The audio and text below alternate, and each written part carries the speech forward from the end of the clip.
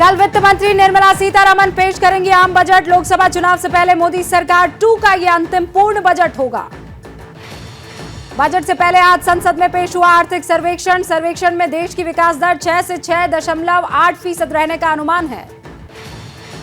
अनुमानित विकास दर 6.5% पिछले 3 साल में सबसे कम है। हालांकि सर्वे में कहा गया है कि भारत दुनिया में सबसे तेजी से बढ़ती प्रमुख अर्थव्यवस्था बना रहेगा।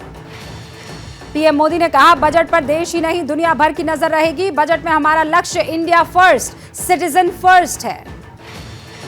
पीएम मोदी ने विपक्ष को दी सलाह, कहा बजट सत्र में तकरार हो तो तकरीर भी हो। चीन, महंगाई, बेरोजगारी और अडानी शहर मुद्दे पर विपक्ष हंगामा करने के मूड में। आज राष्ट्रपति द्रौपदी मुर्मू ने दोनों सदनों को संबोधित किया। मुर्मू ने कहा, देश में बिना डरे फैसले लेने वाली सरकार। सर्जिकल स्ट्राइक, आर्टिकल 370 और 3 तलाक का भी जिक्र हुआ। इंटरनेशनल मॉनेटरी फंड में कहा गया, इस साल भारत की विकास दर दुनिया में सबसे ज्यादा रहेगी। 6.1 विकास दर रहने का अनुमान जताया, जबकि दुनिया में ग्लोबल विकास दर करीब 3% घटेगी। राष्ट्रपति के अभिभाषण पर अधीर रंजन ने कहा, अभिभाषण में कहीं भी बढ़ती बेरोजगारी का जिक्र क्यों नहीं। थरूर ने कहा, चुनावी पर्चा पढ़ रही थी राष्ट्रपति। आम आदमी पार्टी और भारत राष्ट्र समिति ने आज राष्ट्रपति के अभिभाषण का बहिष्कार किया। कहा, यह राष्ट्रपति का विरोध नहीं, मोदी सरकार की नीतियां गलत हैं। चीफ इकोनॉमिक एडवाइजर वी अनंत नागेश्वरन ने कहा, कोरोना महामारी से उभरी अर्थव्यवस्था। बेरोजगारी दर भी घटकर 7.2% पर आई। बजट से पहले आज रुपए में 49 पैसे की गिरावट दर्ज हुई। बाजार में $1 की कीमत 82 रुपए तक पहुंच गई।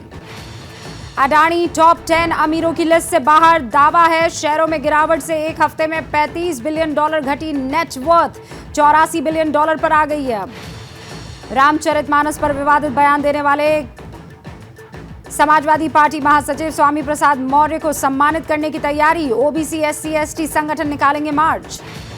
रामचरितमानस विवाद के बीच लखनऊ में समाजवादी पार्टी के दफ्तर के पास लगा नया पोस्टर। पोस्टर में लिखा, गर्व से कहो हम शूद्र हैं। समाजवादी पार्टी महासचिव शिवपाल यादव ने कहा, रामचरितमानस पर स्वामी प्रसाद मौर्य के बयान पार्टी के नहीं बल्कि उनकी निजी राय है। बीजेपी बस भड़काने में लगी है। स्वामी प्रसाद मौर्य के खिलाफ लोगों का गुस्सा भी जारी है। लखनऊ में दारुल शफा के अंदर फूंका गया मौर्य का पुतला। जोशीमठ में दरार संकट के खिलाफ आंदोलन कर रहे लोगों को माओवादी कहना। बीजेपी प्रदेश अध्यक्ष महेंद्र भट्ट को पड़ गया है महंगा। आज विरोध में जलाया गया पुतला।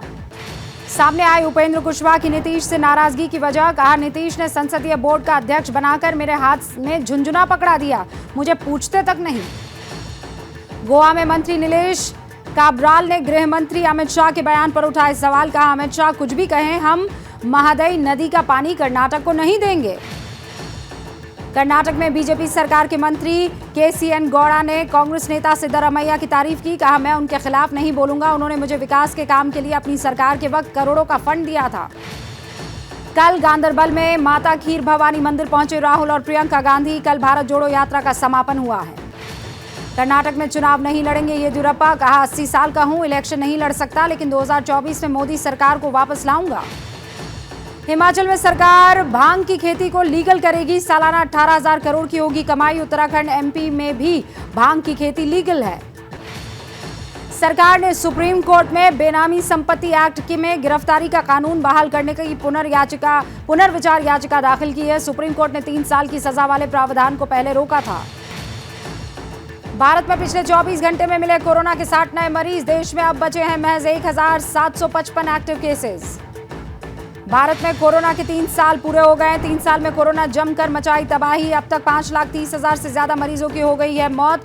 लगाई गई 2.25 अरब वैक्सीन की डोज। कर्नाटक में एक्सपायर होने वाली है कोरोना की 4 लाख खुराक, जिसमें से 1 लाख खुराक आज ही हो जाएंगी एक्सपायर। कर्नाटक स्वास्थ्य विभाग ने जारी की रिपोर्ट बताया, 1 लाख कोवैक्सीन और 3 लाख डोज कोविशील्ड की अगले 2 हफ्ते में एक्सपायर हो जाएंगी। मध्य प्रदेश में बागेश्वर बाबा के खिलाफ बोलने पर मारपीट का आरोप। नरसिंहपुर में 2 बाइक सवारों की पिटाई का वीडियो वायरल। विस्तारा एयरलाइंस की फ्लाइट में एक महिला ने कपड़े उतारकर हंगामा किया। इकोनॉमी टिकट लेकर बिजनेस क्लास में बैठी थी। क्रू मेंबर्स से मारपीट भी की। मुंबई में लैंड होते ही इटली की महिला को पकड़ा गया। बिहार के आरा में घर में घुसकर रिटायर्ड प्रोफेसर दंपति की बेरहमी से हत्या। अभी तक हत्यारे गिरफ्तार नहीं हुए। CCTV में दिखा एक संदिग्ध। बिहार के मोतिहारी में मूर्ति विसर्जन के दौरान दो गुटों में हिंसक झड़प, डीजे पर नाच गाने से शुरू हुआ था विवाद, पत्थरबाजी हो गई। पंजाब में बॉर्डर के पास फिर दिखा पाकिस्तानी ड्रोन, आदिया पोस्ट पर तैनात जवानों ने ड्रोन पर फायरिंग की, ड्रोन लौटा। छत्तीसगढ़ में वंदे भारत एक्सप्रेस ट्रेन पर पत्थरबाजी, महाराष्ट्र के कामठी स्टेशन के पास पत्थर फेंके गए, कई शीशे टूटे, आरपीएफ ने 6 से ज्यादा लोगों को पकड़ा भी। दिल्ली के कालकाजी में 12वीं के छात्र की चाकू मारकर हत्या, छात्रों के दो गुटों में लड़ाई हुई थी, पूरी वारदात पुलिस बूथ के पास हुई है। दिल्ली के न्यू उस्मानपुर में दिन दहाड़े फायरिंग, पार्किंग को लेकर दो पक्षों में कहासुनी के बाद हवा में गोलियां चली, एक गिरफ्तार। जेल में कटेगी आसाराम की जिंदगी, बलात्कार के केस में गांधीनगर कोर्ट ने सुनाई उम्र कैद की सजा। बनारस हिंदू यूनिवर्सिटी में छेड़खानी से परेशान है छात्राएं, छेड़खानी के विरोध में आज निकाला मार्च, यूनिवर्सिटी प्रशासन के खिलाफ नारेबाजी की। सुप्रीम कोर्ट ने साफ किया, आईपीसी की धारा 497 को निरस्त करने पर सेना के काम पर नहीं पड़ेगा कोई असर। कोर्ट ने कहा, सेना में कोई अधिकारी दूसरे अधिकारी की पत्नी से बनाता है संबंध तो ये गंभीर अनुशासनहीनता है। अयोध्या राम मंदिर के लिए नेपाल से लाया जा रहा है शालिग्राम पत्थर, मोतिहारी पहुंच चुका है। दिव्य पत्थर को देखने के लिए रास्तों में जुट रही है भारी भीड़। ऋषिकेश के दयानंद आश्रम में पहुंचे क्रिकेटर विराट कोहली और पत्नी अनुष्का, संतों के साथ धार्मिक अनुष्ठान में हिस्सा लिया। गुजरात के मोरबी ब्रिज हादसे में आरोपी ओरेवा ग्रुप के प्रमुख जयसुख पटेल ने कोर्ट में सरेंडर किया। हादसे में 135 लोगों की मौत हुई थी, कंपनी पर लगे हैं लापरवाही के आरोप। चमोली में दिखा छात्रों का जज्बा, भारी बर्फबारी के बीच भी स्कूल जा रहे हैं छात्र, पहाड़ी रास्तों पर जमी हुई है कई फीट तक बर्फ। कुपवाड़ा में बर्फबारी के बीच फंसी गर्भवती महिला को सेना ने मदद कर पहुंचाया अस्पताल, बर्फ में फंसे गांव से निकालकर सुरक्षित जगह पर पहुंचाया। हिमाचल के लाहौल स्पीति में बर्फ ने लगाया जिंदगी पर ब्रेक, घर बर्फ में गुम हो गए, रास्तों को खोलने का काम जारी है। हिमाचल में भी पहाड़ों पर हर तरफ बर्फ ही बर्फ है। शिमला के नारकंडा में घरों, सड़कों और गाड़ियों पर बर्फ जम गई है। खराब मौसम के बीच जम्मू कश्मीर हाईवे आज भी बंद रहा, कई जगह चट्टान टूटने से रास्ते बंद, हाईवे से मलबा हटाने का काम जारी है। जम्मू कश्मीर के डोडा में भारी बर्फबारी हुई है, बर्फबारी के बाद चारों तरफ बर्फ की मोटी परत जमती हुई दिख रही है। डोडा में पहाड़ों पर हिमपात हुआ, पहाड़ों के शिखर पर सज गया बर्फ का सफेद ताज। उत्तराखंड में भले ही रिकॉर्ड तोड़ बर्फबारी हुई, लेकिन इस मौसम में कम हुई है बारिश। इस बार 21 मिलीमीटर बारिश ही हुई है, जो सामान्य से लगभग आधे % कम है।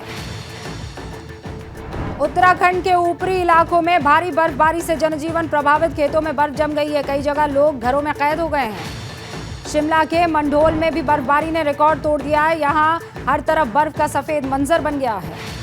दिल्ली में बारिश के बाद आज सुबह कोहरे से सबका सामना हुआ, विजिबिलिटी कम होने की वजह से सुबह सड़क पर यातायात प्रभावित हुआ। जैसे ही घड़ी का काटा दोपहर 2:30 पे आए, बबीता जी का दिल सास बहू साजिश के लिए मचल जाए। और ये है इनकी बहू, पूरे दिन ऑफिस की टेंशन हो जाए गॉन जब ये करें अपना फेवरेट शो फ्री टाइम पे ऑन। इनकी तरह आप भी देखें अपना फेवरेट शो अपने टाइम पर और डाउनलोड कीजिए एबीपी लाइव ऐप अपने स्मार्ट टीवी पर।